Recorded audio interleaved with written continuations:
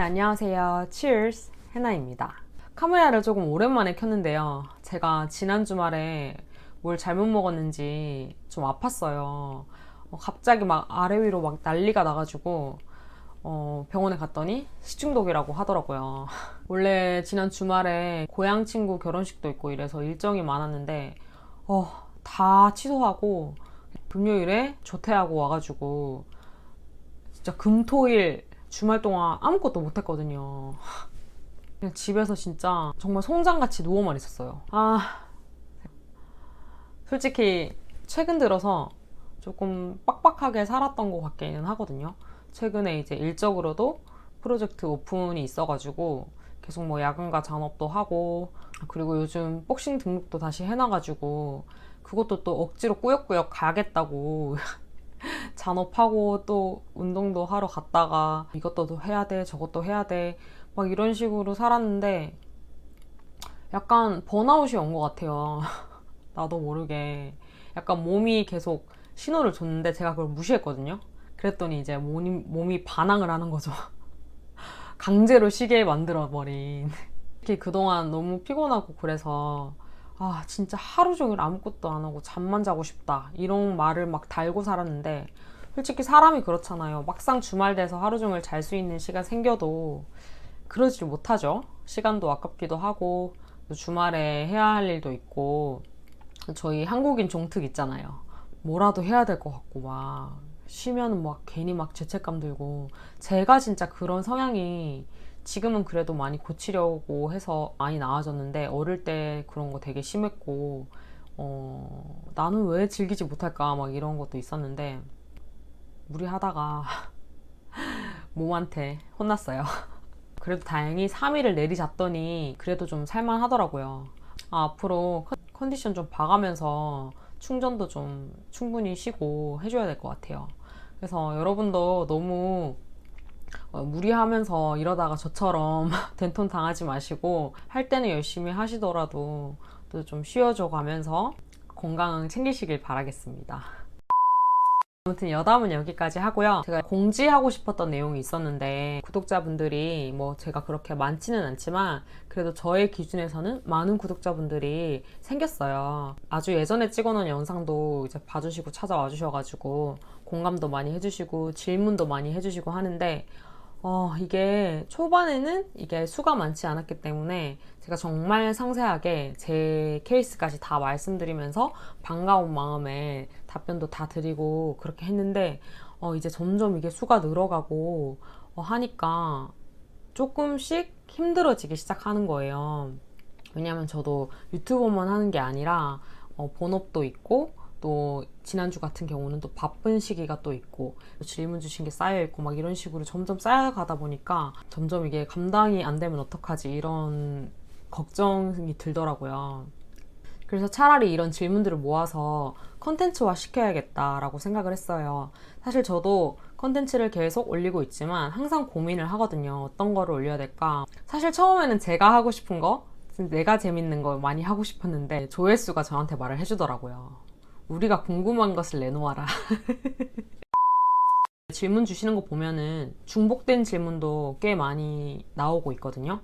그러면 이제 저는 항상 비슷하거나 같은 대답을 하는데, 안 보게 되면은 서로서로 비효율적이니까 이런 질문들을 모아서 콘텐츠화 시키면 반복되는 질문도 하지 않으실 테고, 제가 대답하기 힘든 질문도 있어요. 저도 아직 연차가 그렇게 오래된 개발자가 아니라서 다른 저보다 전문성이 높으신 분들께서 대답을 해주실 수도 있고, 그런 선순환이 이어지면 좋겠다는 생각이 들어서, 그래서 앞으로 댓글이나 그런 메일로 저한테 주시는 상담이나 질문 같은 거는 개인적으로 답변을 다 해드리지는 못하더라도 제가 좋다고 생각하는 그런 내용은 추려서 따로 영상으로 제작을 해서 답변하는 방식으로 진행을 해보려고 합니다. 제가 한 분 한 분 다 답변을 상세하게 해드리고 싶지만 그러지 못하는 점은 정말 죄송하고요. 양해 부탁드리겠습니다.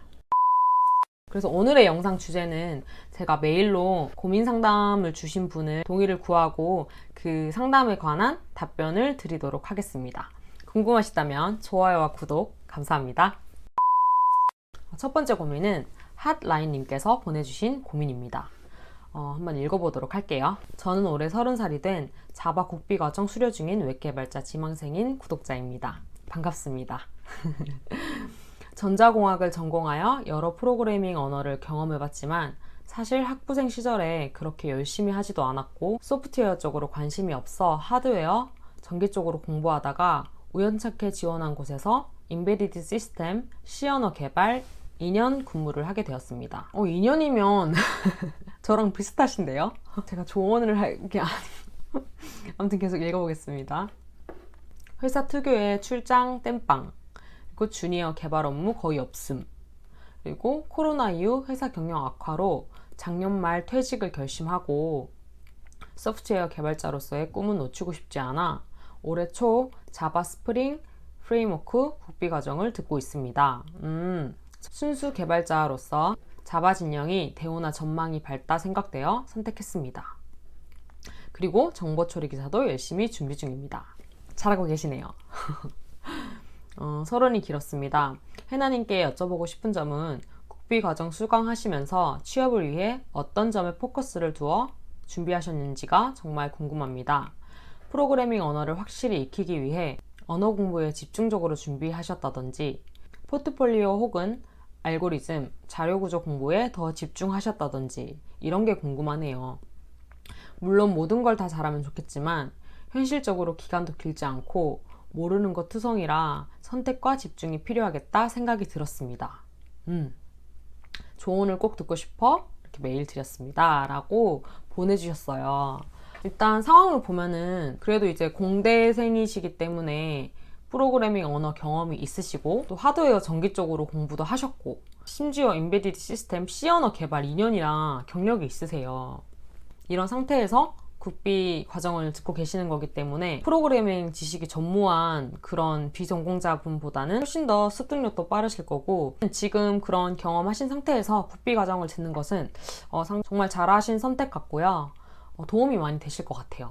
이게 정말 아무것도 없는 상태에서 막 집어넣으면은 하나도 흡수를 못하면은 정말 의미 없는 시간 낭비가 될 수도 있는데 그게 아니라 이미 그런 어느 정도 경험이 있는 상태에서 들으시면은 도움이 많이 된 과정이라고 저는 생각하거든요. 저도 옛날에 전공 수업 때 C 언어 살짝 건드려 봤었는데 자바랑 문법이나 이런 거는 다르지만 그래도 기본적인 프로그래밍 언어라는 게 하나만 잘 배워놓으면 다른 언어는 비교적 쉽게 배울 수가 있어요. 사실 저는 C 언어가 훨씬 더 어려웠었거든요. 오히려 C 언어를 하다가 자바를 하니까 와 쉽다 이렇게 느꼈었거든요. 그래서 한라인님도 기존에 하셨던 C 언어도 감 잃지 마시고 플러스 이제 자바까지 하시게 되면은 C도 다룰 줄 아시고 자바도 좀 다룰 줄 안다 이렇게 두 가지 능력을 가지고 가시는 거기 때문에 나중에 취업이나 면접 준비를 할 때 그런 쪽으로 좀 어필을 해보시면은 플러스 요소가 될 수 있지 않나 그런 생각이 드네요. 본론으로 들어가서 이 질문의 요점은 이제 국비 과정을 하면서 어디에 포커스를 뒀느냐 이런 비슷한 질문 댓글로도 많이 주시고 궁금해 하셨는데 사실 정답이 있는 건 아니기 때문에 저는 저의 케이스를 말씀을 해드릴게요. 일단 어디에 포커스를 둬야 되는지는 목적에 따라 달라진다고 생각해요. 저 같은 경우는 목적이 뭐였냐면 빠른 취업과 빠른 실무 경험을 습득하는 것. 최대한 빨리 취업을 해서 실무적인 경험과 능력을 내가 습득을 하는 것. 그게 목표였거든요. 국비 지원도 사실 저처럼 당장 빨리 취업을 해야 되고 이런 분일 수도 있고 또 어떤 분은 당장 취업은 안 해도 되지만 그냥 프로그래밍 공부를 좀 더 해보고 싶어. 다른 언어를 하다가 나도 자바를 한번 배워보고 싶어. 이러실 수도 있고 다들 목적이 다르잖아요. 근데 저 같은 경우는 빠른 취업이 목적이었기 때문에 일단 포트폴리오를 가장 집중적으로 중점을 뒀어요. 내가 이 국비 과정을 들은 이유는 이 포트폴리오를 남기기 위해서 어떻게 포트폴리오를 만들어야 될지도 모르겠고 너무나도 막막했기 때문에 공부를 하려고 온 것도 있지만 남겨서 이거를 내가 활용을 해야겠다 이거죠. 사실 수업은 그때 들으면 끝이지만 포트폴리오는 남잖아요. 결과물을 남겨서 이거를 내가 취업하는데 써먹어야지. 저는 여기에 가장 포커스를 뒀어요. 포트폴리오는 사실 정답은 없고 참 다양한 방식이 있죠. 그냥 만들었던 프로젝트를 캡처 떠가지고 쭉 이렇게 설명하면서 내가 어떤 부분을 했는지 이런 식으로 정리하는 방식도 있고 만드는 웹을 서버에 배포해가지고 자기가 만든 기능을 직접 볼 수 있도록 할 수 있고 이런 식이었는데 저는 두 번째 방식이었었거든요. 컨셉은 그냥 나만의 웹사이트를 만드는 거였어요. 웹사이트 기본적인 기능 있잖아요. 로그인, 게시판, 글쓰기, 답글, 댓글, 그리고 또 파일 첨부 기능, 이런 것들을 하나하나 개발해서 배포를 하고 실제로 써봐라 이렇게 해놓고 나는 지금 이런 개발이 바로 가능하다 이거를 되게 어필을 했던 것 같아요. 아마존 웹서버에서 1년 동안은 서버를 무료로 대여를 해주거든요. 그래서 그거를 활용해가지고 제가 만들었던 거를 그대로 서버에 배포를 해서 직접 들어가서 제가 만든 기능들을 직접 사용해 볼 수 있도록 그런 식으로 포트폴리오를 만들었어요. 메인 화면에는 기본적인 저의 프로필, 기술 스택, 테크트리 이런 거 쫙 나열해 놓고 또 내가 어떤 거를 개발했는지 여기 가시면은 이렇게 보실 수 있다 이러고 링크 남기고 또는 바로 가기 버튼으로 만들어 놓고 그런 식으로 했었던 것 같아요. 지금은 이제 서비스 기간이 다 돼가지고 내려왔는데 당시에는 거기에 온 힘을 쏟았었죠. 언어 공부나 이런 거는 사실 먼저 기능 구현을 하면서 그때 필요할 때마다 책 보면서 찾아보고 강사님께 물어보고 필요할 때 딥하게 공부를 하고 그런 식으로 했었던 것 같아요. 물론 언어부터 쫙 이론적인 걸 다 하고 하면 좋겠지만 이거는 조금 다른 분야랑 다르게 프로그래밍은 이게 해보지 않고서는 이론적으로 이해하기가 굉장히 어렵다고 생각을 하거든요. 저는 그랬었거든요. 다들 각자 공부하는 스타일이 있으시겠지만 저는 그렇게 했습니다. 알고리즘이나 자료 구조를 물어보셨는데 이쪽 같은 경우에는 제가 들었던 구비 과정에서 딱히 집중적으로 다루지는 않았어요. 사실 포트폴리오 만드는데 알고리즘이나 자료 구조가 당장 쓰이지는 않거든요. 이게 당연히 프로그래밍 하는 과정에서 개념적으로 중요하고 좋은 프로그래밍을 하고 성능이 좋고 이런 고퀄리티의 프로그래밍을 하려면은 알고리즘이나 자료 구조에 대한 이해가 분명히 있어야 된다고 해요. 근데 솔직히 말씀드리면 저는 아직까지도 잘 모르겠어요. 네, 저도 오래된 그런 개발자가 아니고 솔직히 말씀드리면 그렇게 개발에 자신이 있는 개발자가 아니거든요. 그러다 보니까 생계형 개발자라 이런 말을 하기도 하는 건데 특히 초반에는 정말 이해를 못했어요. 그래서 면접을 보러 갈 때 알고리즘 시험이 있는 데가 너무 싫은 거예요. 아니 이 기능을 구현하는데 이 알고리즘이 갖다가 쓰이는 것도 아닌데 왜 이거를 시험을 공부를 해야 되나, 알고리즘 공부에 왜 시간을 써야 되지? 막 이렇게 생각을 했었죠. 그리고 재미도 없잖아요, 솔직히.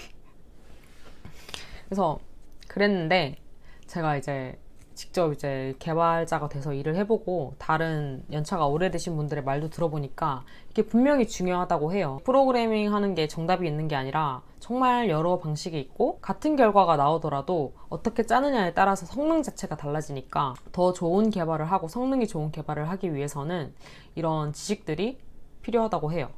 근데 아직은 저는 그 단계까지는 아닌 것 같아요. 이제 점점 중요성을 느끼고 있기는 하거든요. 그래서 공부를 좀 하려고 노력을 하는데 사실상 따로 시간 내서 할 시간이 핑계일 수도 있는데 근데 그 당시에는 저도 알고리즘 시험도 봤었고 실제로 면접 볼 때 자료 구조에 대한 질문도 받고 했었는데 대답을 잘 하지도 못했었고 알고리즘 시험도 한두 개 정도 붙어본 경험이 있는데 많이 떨어졌었거든요.